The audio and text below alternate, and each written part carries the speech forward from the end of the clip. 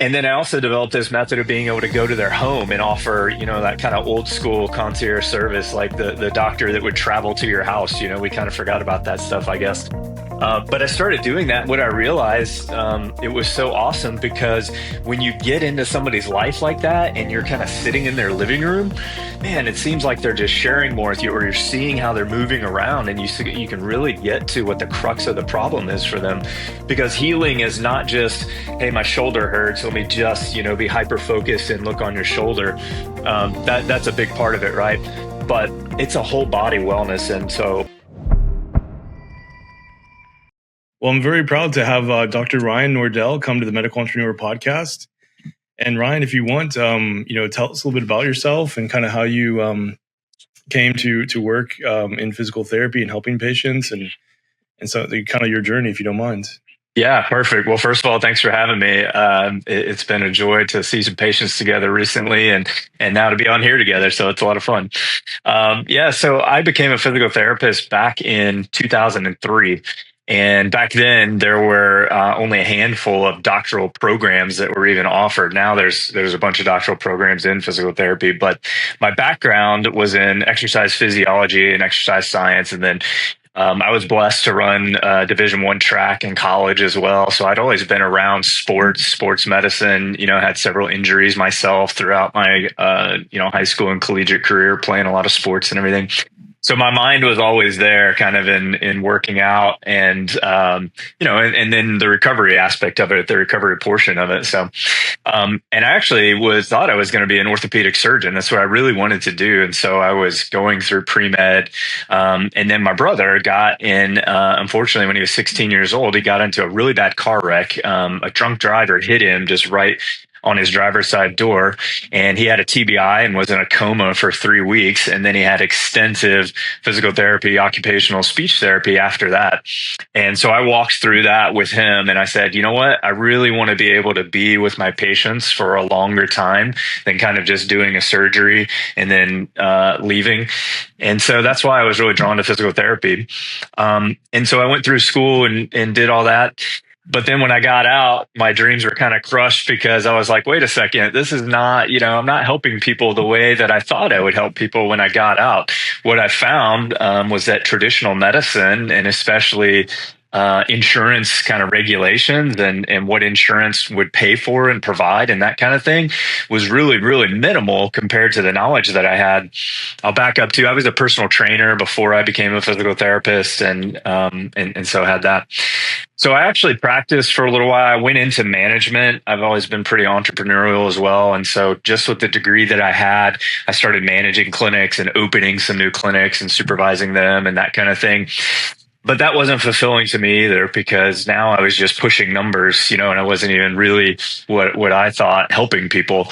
And so I kind of cold turkey quit and said, there's got to be a better way. There's got to be something different that I can do with my skills and my passion, where my heart is, with my schooling, to be able to help patients the way that I want to. And so I actually went back to school and got some longevity practitioner certifications and started really turning more the functional medicine route. And that was really unique with my background of physical therapy, and then pressing towards this kind of longevity medicine. And, peptides are coming out, and we're looking at sleep optimization and, all these different things that nobody was talking about 10, 12, 15 years ago. And I started to craft a concierge practice. I opened my practice in 2012 called Orthopedic and Fitness Solutions. And at that point, I was just a solopreneur, and I was treating clients. I got very, very blessed to be with some celebrities and some professional athletes. And really my target market was kind of a top level executive or a CEO. And I was traveling around the country to see these people. I was really, I'm based out of Dallas, just like you are. But I was going to Los Angeles. I had patients in Cartagena, Colombia. I think the furthest patient I ever had was in Sweden. And so that was really pretty cool. Israel, just all over the place. It was really fun. And I developed some methods that just offered them really, really concierge, high level service, with kind of physical therapy mixed with personal training, mixed with some light functional medicine, mixed with some longevity. And it were all these things that I kind of put together. And I called that the EPOP method. And so that's Elite Performance Optimization Program is what I called it, just to kind of trademark it and give it a name. But really, it had kind of 6 steps with it. And it was like, hey, it's a really deep diagnosis, concierge level care, and all these things. And what was really successful about it, what I really, really liked about it, is I was able to come into a patient and not, have a 45-minute evaluation while I also have another patient on the other side of the clinic and I'm, barking instructions to an aide or whatever it was, or just looking at it and say, hey, what is the insurance going to cover? Okay, we can't use the laser because that reimburses at $6.42 for a treatment. So nobody's going to do that, whatever it was. So it really freed me up to say, hey, here's a cash-based practice. I can come to you. I also had some clinical privileges, with different people that I partnered with, in the area or in Los Angeles or wherever I was. And then I would just spend a lot of time with patients, a couple hours for an evaluation and just really get into their life and get to know them. And then I also developed this method of being able to go to their home and offer, that kind of old school concierge service, like the doctor that would travel to your house. We kind of forgot about that stuff, I guess. But I started doing that. What I realized, it was so awesome because when you get into somebody's life like that and you're kind of sitting in their living room, man, it seems like they're just sharing more with you, or you're seeing how they're moving around, and you can really get to what the crux of the problem is for them. Because healing is not just, hey, my shoulder hurts, let me just, be hyper focused and look on your shoulder. That's a big part of it, right? But it's a whole body wellness. And so I do this thing called a total body orthopedic and fitness assessment.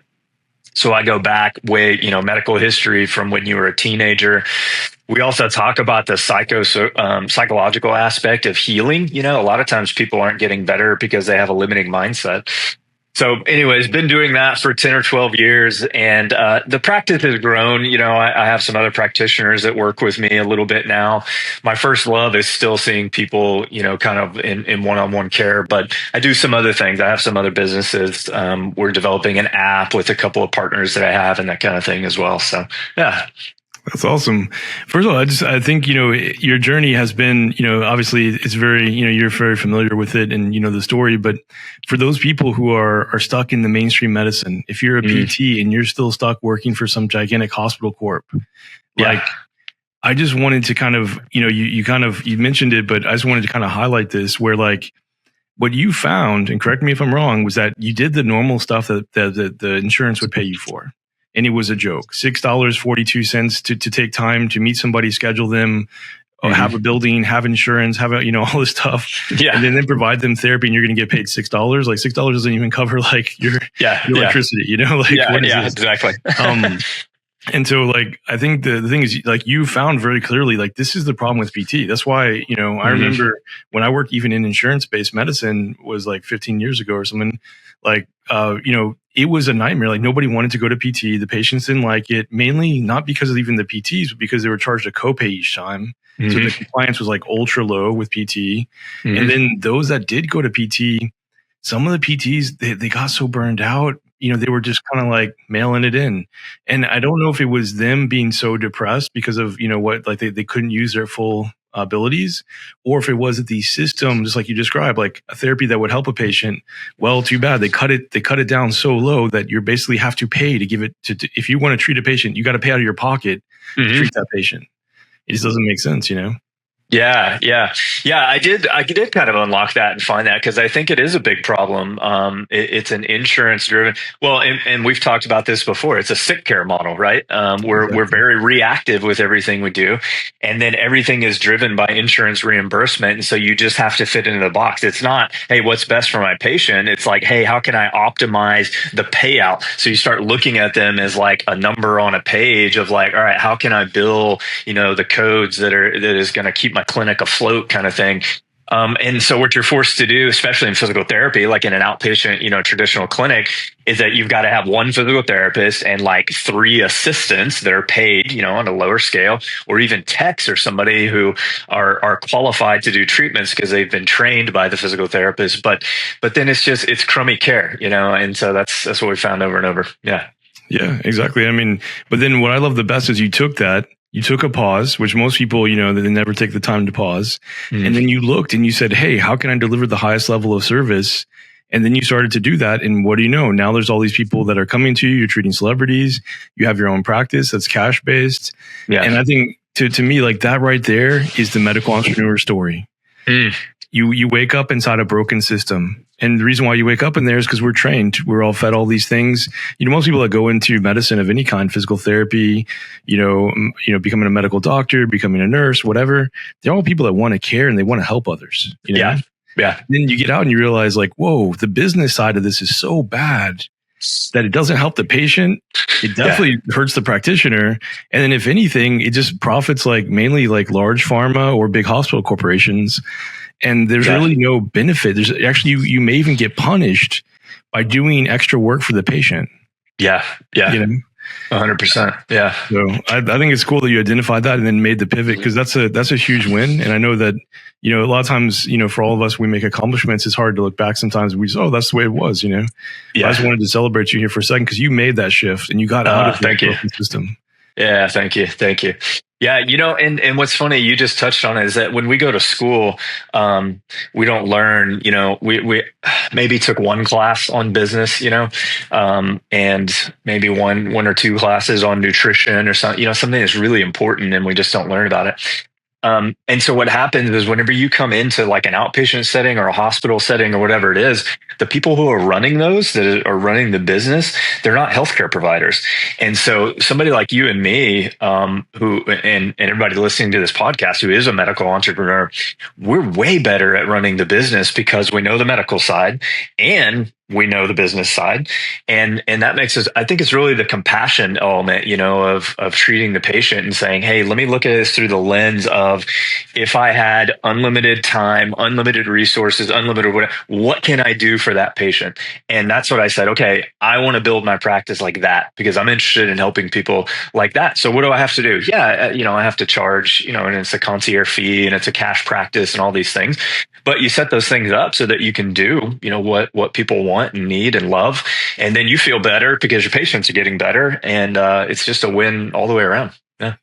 And I just wanted to highlight again, like these are skill sets that you had from your training that, if you had known everything you knew now, and went back in time and you just got done with your training, would you go right away to a cash pay model? Yeah, I would. I don't think that there was anything, in essence, it was wasted years, of bouncing around, trying to figure out because I don't do anything that I did back then, I think a physical therapist or really anybody, you spend a lot of time coding and understanding, the CPT code changes, Medicare changes the reimbursement rates all the time. And so you're constantly like playing this game of talking to the billing specialist on how we got to, need to do this and what's the definition of this CPT. So I don't even, that's so far removed. I don't even remember that stuff really, because I don't worry about that now. I just worry about, hey, how's my patient doing in front of me? How can I help them the best? That kind of thing. So, yeah. Absolutely. And I think also the other thing I just wanted to highlight is that for a lot of people, they're very afraid. I know I was afraid when I was leaving mainstream medicine. I was too. Because, scary, right? Because you're like, oh, this is all I've known. All my colleagues, what they do is they all take insurance. This is the thing. And then once you realize like, wow, there's actually a lot of people that are wealthy and it makes sense. Like, this is what I try to teach almost every training I do is try to help the shift that mindset. Because like, if you are somebody who is a performer, whether you're a musician who's touring and you're in your, mid to late 60s, if you're, an actor who has to record a movie for you to get paid, like if you're even like just, high level, like just another example of a few patients we saw today, like investment manager guy, people that are like high level finance dudes doing trades and whatever investments, all the investment bankers, like oil executives. I'm trying to think of entrepreneurs who build businesses. All these guys who do that, they have something that they're building and their time is so valuable that it makes sense for them to pay a premium to get the best of the best, because for them to be down for 6 months going through standard physical therapy, which, I mean, let's just be honest, standard physical therapy is it's never going to get anywhere close to results you can get. But even if they could, that it would make sense for them to pay a premium just for the time, not only because the service is better. Yeah, and that's kind of like a mind-opening moment where, like, a lot of people that are stuck in mainstream medicine, they think that's not available. Would you tell them about some of the stuff that you've seen with your own eyes? Like people, you have to give certain numbers or anything, but people that have been like so grateful that they could pay you what is a usually significant sum of money to get better and get answers right now. Get somebody focused on it right now. Yeah, that's right. I think, a true concierge model involves a hospitality component. It involves that kind of caring quotient, I'll call it. And so everything that I have at my disposal, that's what I'm going to give to you. And what's going to happen is that instead of you driving to a clinic, having to have appointment times, that are only fit within this 7 a.m. to 5 p.m., clinic, and they're closed on Sundays, whatever it is. I set my patients up in a couple of different ways. Some of them are on a concierge, kind of unlimited access type program. And they literally have my cell phone, and they can call and text, and I'll, talk to them and help them on the weekends or whatever it is. Others will buy packages. And so we kind of work through sessions that include me coming to their home or me doing telemedicine, whatever it is. But the opportunities are really endless for that because, that person, that CEO, that executive, that performer, whatever it is, they're concerned about outcomes, rather than necessarily your physician may, the funniest thing is I remember back to like insurance is, physicians would always like to write 3 times a week for 4 weeks, it's like, okay, well, that's like a magic number, 3 times a week for if I do this, and it's going to take 4 weeks and it's 12 set, whatever it is. And I don't even know where that came from, but that's what it always was, no matter what the diagnosis was. And I don't come in and approach it like that at all because I'm working with a gentleman right now, and I'm seeing him 5 days a week because he's dealing with some neurological issues, and we've got to have that repetition to work on neuroplasticity.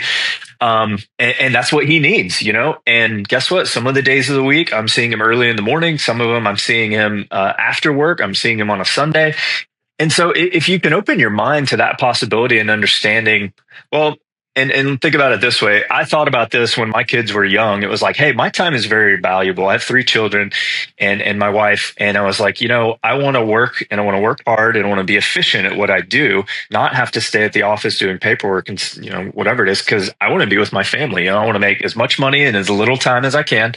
And so if you put that in your mindset, that's what all your patients are saying, right? They're like, well, I've got this thing that's slowing me down. How can you help me the fastest? Now, some of the stuff that we're doing and certainly, in regenerative medicine or peptides or things, that we're doing around longevity medicine and stuff, some of this stuff is trial and error, but some of the things it's like, hey, I have a much better chance to get better more quickly if I use these alternative treatments. And that's where I hone in. So.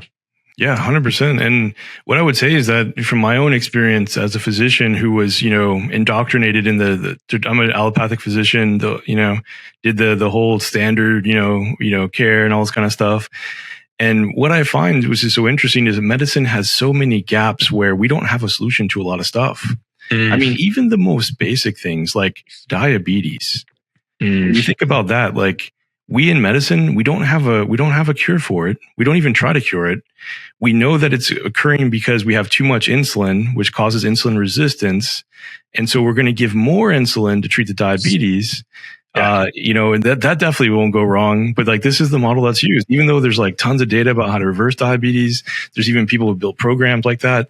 And I would say PT is even more underserved than endocrinology in some ways, because like what I see with PT is that until I saw you actually do what you do, I didn't realize the value that a physical therapist could have for a patient, because all the stuff I had seen before was from insurance-based medicine, which was auto-generated reports that were just like the same every time, this EMR template stuff.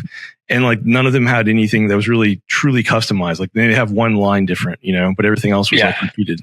Yeah. And then when I saw you actually take a patient, do a full assessment, which took like about, 45 minutes to an hour, do a full assessment, gait assessment, everything, muscle attention, like all the stuff that you did. And then watching it combine into the regenerative medicine therapies that I was using at the time, it made me realize that like there's such a higher level of standard of care that can be given to patients, but is literally not even available. And this is what I come across all the time when we treat the celebrities, when we treat the musicians, et cetera, and just people that are wealthy in general, is like, you can be as wealthy as you want to be, but doesn't mean you can get good healthcare. Mm-hmm. And I see this all the time. And there's so many people that are wealthy, that are people that are successful, people that are able to make money, that it makes sense for them to do these therapies. And there's just nobody offering them. Yeah. Yeah. Yeah. I would say that that's true because I haven't come across any other physical therapists that are, maybe it's just being bold enough to take a step and go out and say, my schooling taught me this, but let me go back to school and learn, a little bit more about this and a little, and let me actually charge that price that would allow me to stay with the patient for that long, or whatever it is. And so, yeah, I would agree with you 100%. It's a sick care model. Like we said, it's broken. There's no emphasis and no reimbursement on preventative medicine. So, when you've seen me do evaluations on patients, like we said earlier, yeah, we focus on the thing. Like if you're doing a regenerative medicine procedure, it's like, okay, you're going to do an injection because there's like a specific pain point. But how did we get there? What are the symptoms that cause that? And that's what I look at. So what is root cause diagnoses? What are root cause symptoms? And then what are things that we can do, to prevent? I typically will end up working with a patient for a really long time because we may be honed in on one thing, but then I'll start to employ kind of some of these longevity metrics or these preventative things that says, hey, now we need to, we're working on a knee. Well, now we need to make sure that our posture is correct. So we've got to work on our scapular stabilization muscles so that as we get older, we don't just, lean forward and we're forward on a walker. And so when they see all the things that we can do together and work together, it's like, wow, yeah, of course I want to stay engaged. You helped me with my knee. Now you're helping me with, my whole life. I want to function. I want to be optimized longer, as long as I can. And that's really fun for me. So. Man, and you're really good at it. The other thing, Thanks. if you don't mind, I wanted to share with everybody was just like, one of the things I see you do is you adopt a lot of the functional, what might have been referred to as like functional medicine principles into your practice. And it's very interesting for me to see because I literally talked to a doctor, another allopathic MD, like last night. And he was saying, like in many cases, he didn't even realize a lot of the functional medicine things that could be done because, we're never trained in them. And then, now that he's actually seen them in his own life, he's like, wow, these are incredible. Like there's so many people that could be benefited from this. Could you maybe talk about, how you integrate the functional medicine and also how physical therapy role could be expanded in many cases to offer physical medicine testing, like stool microbiome, stuff like that. Not only just a normal test with MRIs and everything else, but just like what other, methodologies or things that you use in your practice? 'Cause I feel like you're very comprehensive. And I feel like if more physical therapists knew like, hey, treat it like you're a provider, you have opportunities to test for these other things that affect, what you're doing. Like, is that something that you would like to speak about? Yeah, of course. So I think that maybe it might be fear-based, in a lot of people because unfortunately in our country, I think because of the insurance model, physical therapy kind of gets a bad rap. Most people think physical therapy and it's like, oh yeah, my grandma, fell and broke her hip and then a PT came in and like did this with her knee. That's a tiny portion about what that's true, and that's a very important thing to do, to get patients mobilized right after surgery and that kind of thing. Lots of benefits there, but I wasn't happy with that, that kind of physical therapy. So maybe it's fear-based. I did go back to school. I learned a lot around longevity and got a longevity practitioner certification. And so I realized that I did have to build on my knowledge base for that stuff. But the way that I incorporate that, well, and let me back up and say too, I partner with some physicians as well, because sometimes, we may want to look at something and test something that under my license, I can't order that test or I can't do that procedure or whatever it is. But if you and I are in a partnership together and you know that I'm doing everything I can and looking out for the best interest of your patient and we have open communication about what's going on, then of course you're going to, take my expertise and say, hey, why don't we look at this test or, and so that's how we coordinate that kind of stuff sometimes if I'm limited because of my license. But it's really just, I think it goes back to just serving your client, serving your patient. I'm constantly learning, I never want to say, I've gone to school and gotten the highest level of degree that I can, within my field, which I did, but I never want to say that because, gosh, there's so many new and exciting things that are always coming out around, call it functional medicine and longevity and what we know around exercise and movement. The funny thing is, when I was going through a lot of the longevity training, a lot of people, if you follow kind of well-known people that are writing books around that stuff and everything, everybody has their pillars of longevity, or like the 12 pillar. Well, there was nine, and then now there's 12, and some people say, you know. But the funny thing is that most of those pillars. So you're talking about cellular senescence, or epigenetics and things like that, right? And most of those pillars, if you drill them down, like what are the most important things for me to increase, my recovery time, or have the best ability to be successful with epigenetic changes in my body?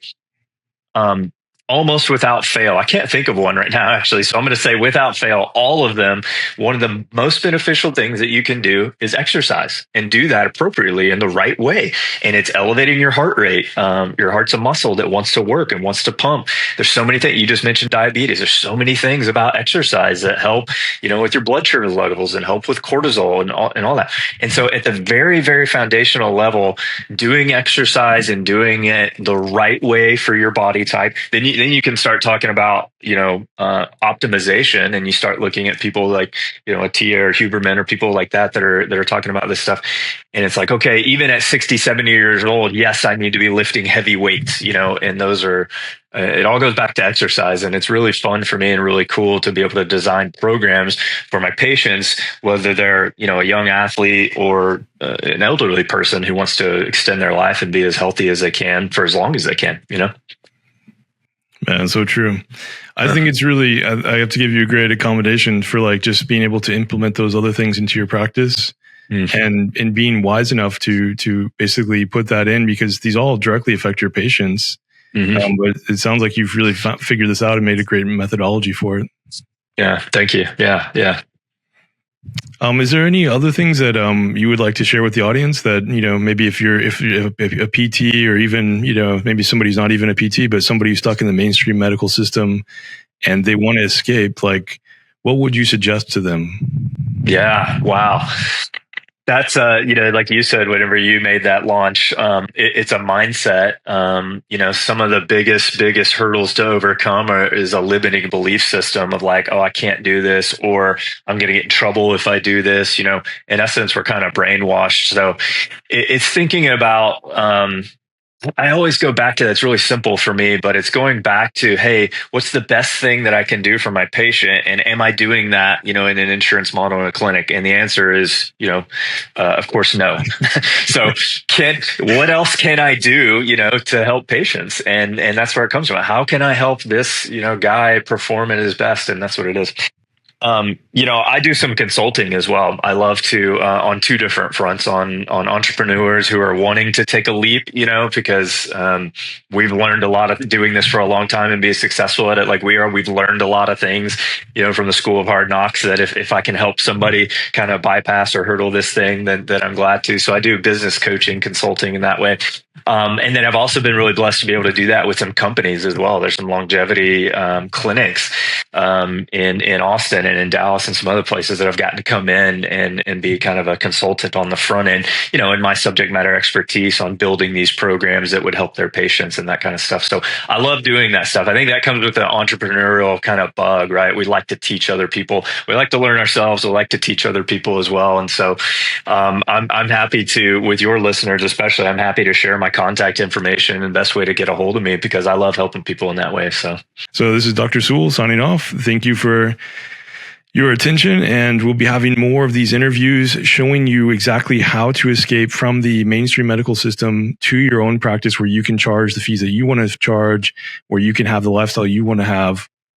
Please go to medicalentrepreneur.org or entrepreneur.org and connect with us there. And we'll be able to help you and guide you to get the resources and tools that you need to move your practice from a hampered and constrained model by mainstream medical system to one that you define, that's best for the patients, that's best for you, and you cut out all the middlemen in between that are basically taking all of the profit and destroying the lifestyle and even damaging the patient, I would argue, and basically be able to deliver to the patient the stuff that they need the most. So it's medentrepreneur.org.